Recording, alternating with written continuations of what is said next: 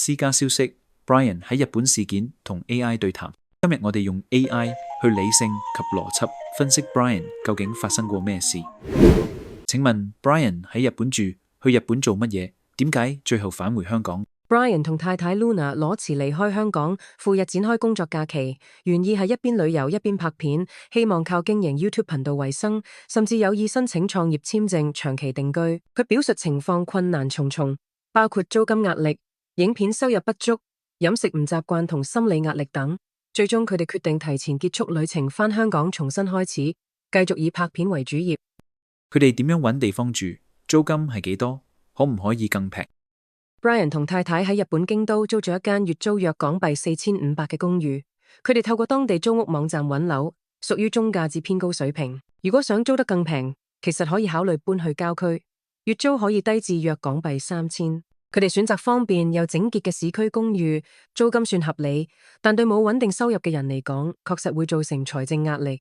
換言之，佢有更好嘅選擇，不過佢可能唔知，或因為其他原因而唔選擇。係啊，可能問下我都幫到佢。佢哋有冇穩定收入來源？靠咩為生？佢哋冇穩定收入來源，主要靠 YouTube 頻道廣告，每月收入約港幣400，遠遠唔夠支付約港幣4500嘅租金。Brian 曾經推出會員計劃，每月收入大約港幣900，亦短暫打過工補貼開支，但係整體收入仍然遠遠唔夠。佢哋一星期拍幾多條片？時間安排出現咩問題？佢哋初期每星期可拍2至3條影片，但後期因為生活壓力及兼職打工影響，頻率大幅下降，有時甚至一星期只係出1條或者係停出影片。Brian 曾經表示，打工雖然可以賺每個月約港幣4200，但係時間消耗太大，冇時間剪片或者拍攝，導致創作中斷，收入亦都未見提升。由於影片廣告收入每月僅約港幣400，佢陷入打工冇時間拍片，拍片則冇打工收入嘅惡性循環，令創作與生活難以兼顧，時間分配成為最大難題。冇時間拍片同剪片，會唔會係人嘅問題？你有冇建議可以幫到佢分配時間工作之餘可以拍片呢？ Brian 話冇時間拍片同剪片，反映咗時間管理出現問題。其實如果每個星期兼職時數控制喺20小時內，收入約港幣4600，剩餘時間就可以安排拍攝與剪接。建議佢改用 TTS 配音，一鏡到底或者輕剪片風格，大幅節省後製時間。亦可設定固定拍片日，例如每周2日外出拍片，1日剪接，其餘時間打工與休息。最緊要唔係做得多，而係穩定輸出。每星期1到2部影片亦係可以嘅，保持觀眾黏性與頻道活躍度，收入自然慢慢提升。咁即係話要靈活變通先得啦。你都可以咁樣講。佢哋有冇做足準備功課先至去日本？應該點樣準備先好？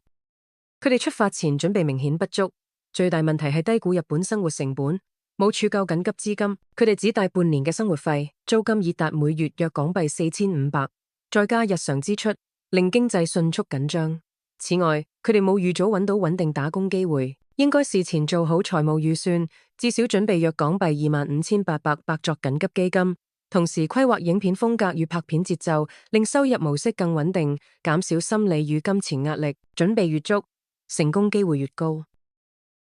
如果只係心口有一個勇字就去實行夢想，咁真係要好有運氣先得啦。你講得非常中肯，單靠一個勇字去追夢，冇足夠準備資源與計劃，的確要非常好運先可以成功。Brian 喺日本住期間最難適應嘅係乜？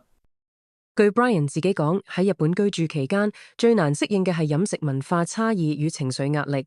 佢曾經多次提到，日本食物選擇單一，冇得食麻辣米線，令佢食到抑鬱。加上日本外食成本唔低，每日3餐約港幣78，長期落去財政壓力增加，身心疲憊。佢亦提到，因冇朋友，語言唔通，社交圈少，生活上感到孤單與無助。呢啲心理壓力與文化衝擊交織，成為佢最難適應嘅部分，亦係最終選擇回港嘅重要原因之一。Brian 話食物單一會唔會同面子工程有關？主要係因為冇足夠嘅錢響日本生活。所謂食物單一，更大可能係 Brian 嘅一種面子說法，藉口嚟包裝返香港嘅決定，避免承認經濟失敗、壓力爆煲或夢想落空。事實上，佢住嘅京都鄰近大阪，大阪係全日本最多中華、韓國、台式料理嘅城市之一，加上大量平民超市，飲食唔應該係大問題。真正原因可能係因為冇足夠收入維持生活開支，所以食物單一可能只係借口。比起話我失敗咗，講食唔慣，更易獲得理解，保住自尊。呢種做法可以理解，但作為觀眾或同樣諗住去日本打工度假嘅人，更應睇清背後真正挑戰，唔好誤信表面理由。Brian 遇到嘅問題有冇辦法解決？ Brian 遇到嘅問題其實有解決方法，例如可搬去租金較低嘅共居屋，約港幣2300，減輕壓力，或者搬去大阪，租金同佢喺京都居所差唔多，但係有好多美食同拍攝題材。飲食方面可學煮港式米線，或選擇華人超市購買材料。拍片轉用 TTS 或講解型影片，節省時間，改善經濟情況。只要願意調整策略，並非無法解決。打工度假簽證係咪真係唔適合香港人？有咩限制？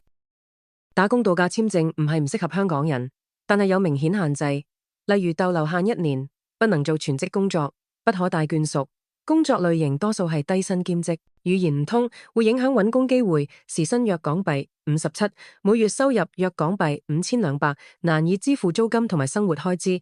若果無足夠儲蓄或計劃，容易陷入經濟壓力。對冇日語能力或冇清晰目標嘅人嚟講，風險相對較高。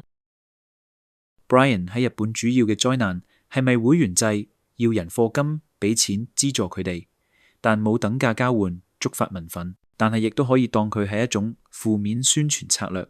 但經過嗰一次，佢嘅視頻流量有冇明顯嘅改變，上升或者下跌？ Brian 推出會員制度，要求觀眾每月課金港幣80資助生活開支，卻未有清晰等價回報，引發部分網民不滿，認為靠觀眾養冇誠意。此舉需要帶嚟短期曝光，但屬負面關注。YouTube 影片留言區曾經出現大量嘅批評。之後影片流量曾經短暫上升至每條萬人觀看，但未能夠持續，數據最終回落。即使有負面宣傳效應，未能夠成功轉化為穩定觀眾群與收入，反而損害形象，對頻道長遠發展構成壓力。總括嚟講，Brian 喺日本住係唔係失敗咗？其實有冇學到嘢？總括嚟講，Brian 喺日本住未必算失敗，雖然佢冇達到靠 YouTube 維生嘅目標。但佢學到現實經驗，包括生活規劃、理財管理、拍片方向同情緒調節。呢一段經歷令佢更了解自己適合嘅生活方式，亦累積咗素材與經歷回港繼續創作。所以唔係失敗，而係一次真實嘅成長旅程。呢啲都係 AI 嘅答案，希望對大家有用。大家對於呢啲問題有乜嘢見解？歡迎大家喺留言區討論。多謝大家收睇，拜拜。